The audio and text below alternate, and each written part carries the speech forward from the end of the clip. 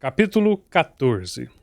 Stephen se agachou sobre o chicote de seu amo, curvando-se e preparando-se para o próximo açoite. Ele colocou as mãos atrás da cabeça, tentando proteger-se ao máximo do golpe. Eu ordenei que você removesse o pote antes que estivesse cheio? Agora veja o desastre que você causou, gritou seu amo. Stephen odiava que lhe gritassem. Ele tinha nascido deformado, suas costas estavam torcidas, ele era corcunda. Sua aparência era prematuramente velha. Todos lhe gritavam praticamente desde o dia em que ele havia nascido. Ele nunca tinha encaixado entre seus irmãos, entre seus amigos ou entre ninguém. Seus pais sempre trataram de fingir que ele não existia e quando ele teve idade suficiente, eles logo encontraram uma razão para expulsá-lo de casa. Eles sempre estiveram envergonhados dele. Desde então, a vida havia sido ainda mais dura e solitária para Stephen. Ele agora teria de se virar sozinho. Depois de anos realizando os mais estranhos trabalhos, de estar nas ruas quando era forçado a isso, ele finalmente tinha encontrado um emprego nas entranhas do castelo do rei. Labutando com os outros criados na sala dos potes sanitários. Sua tarefa durante anos era esperar até que os gigantescos potes de ferro estivessem cheios com os excrementos que provinham dos pisos superiores do castelo. Então, antes que os potes transbordassem, ele os carregava para fora com a ajuda de outro servo. Eles levavam os potes para fora através de uma das portas traseiras do palácio, cruzavam os campos até chegar às margens do rio e despejavam ali o seu fétido conteúdo. Era um trabalho que, com o passar do tempo, ele tinha aprendido a fazer bem. Sua postura já estava arruinada muito antes que ele chegasse ali. Portanto, o peso do pote não poderia mais afetá-lo. É claro que o fedor era insuportável, porém, com o tempo ele tinha aprendido a bloqueá-lo. Ele havia treinado sua mente para dirigir-se para outros lugares, para escapar em uma fantasia, imaginando mundos alternativos bem vívidos, e assim se convencia de que ele estava em qualquer lugar, menos ali. O talento de Stephen tinha na vida era uma enorme imaginação e não lhe custava muito para que ela o enviasse para outro domínio. Seu outro grande talento era a capacidade de observar as coisas. Todos o subestimavam, mas ele ouvia e via tudo, e absorvia tudo como uma esponja. Ele era muito mais sensível e perspicaz do que as pessoas percebiam.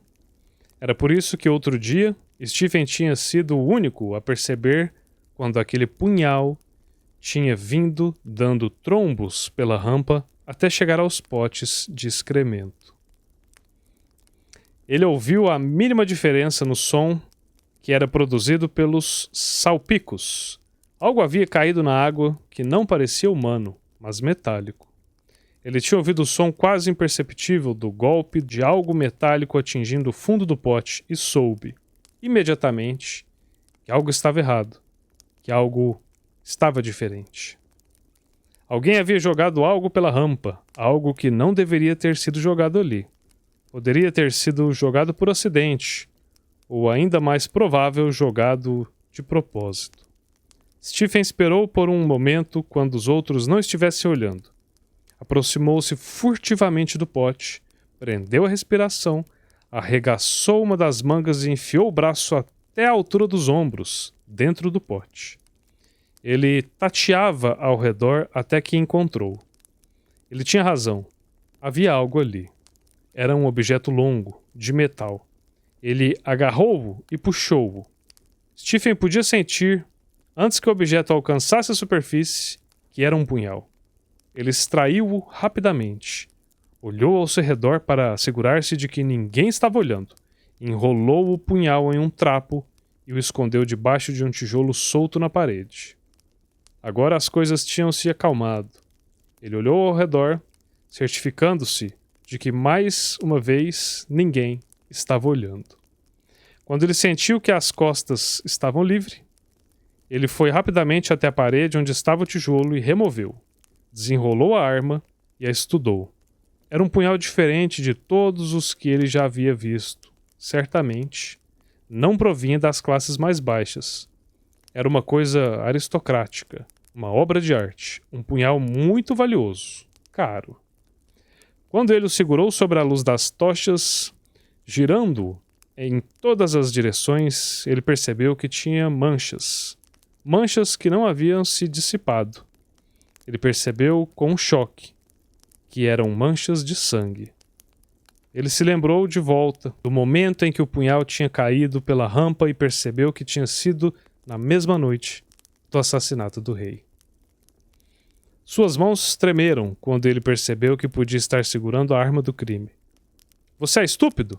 seu amo gritou enquanto chicoteava mais uma vez.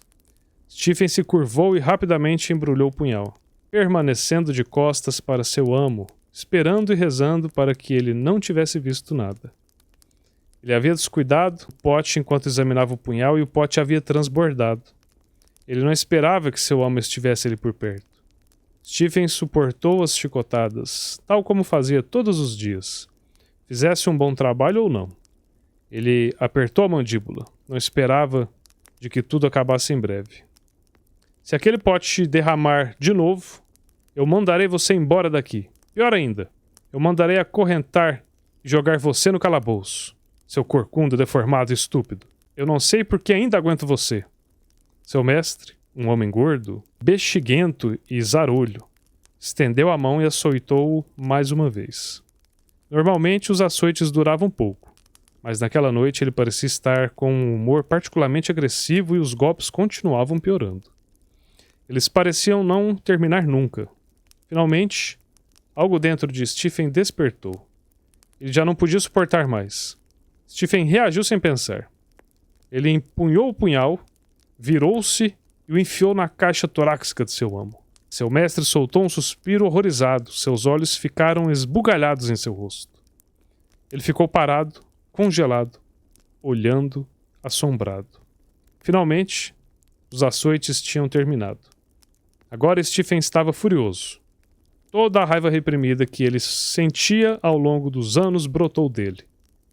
Stephen fez uma careta, agarrou seu mestre pela garganta e apertou com uma mão. Com a outra, ele empurrou a lâmina cada vez mais fundo e a fez subir mais alto através dos ossos externos, abrindo caminho para seu coração. O sangue quente jorrou sobre as suas mãos e pulso. Stephen estava admirado com o que ele tinha tido coragem de fazer, e ele se deliciava com isso, a cada segundo.